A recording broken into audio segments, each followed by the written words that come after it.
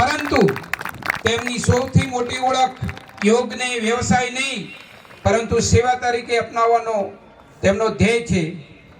ધાનેરામાં વિવિધ યોગ શિબિરોમાં શુલ્ક વિના લોકોને યોગ શીખવે છે અને આરોગ્ય પ્રત્યે જાગૃતિ ફેલાવે છે. યોગ દ્વારા સ્વસ્થ જીવનશૈલી સમાજ સુધી પહોંચાડવાનો તેમનો પ્રયાસ સતત રહ્યો છે. દર વર્ષે 21મી જૂન યોગ દિવસે વિવિધ શાળાઓમાં જાતે જઈને વિદ્યાર્થીઓને યોગનો અભ્યાસ કરાવે છે તથા શરીર અને મનના સ્વાસ્થ્યનું મહત્વ સમજાવે છે. એવા શ્રી ગોવિંદભાઈ પ્રજાપતિ.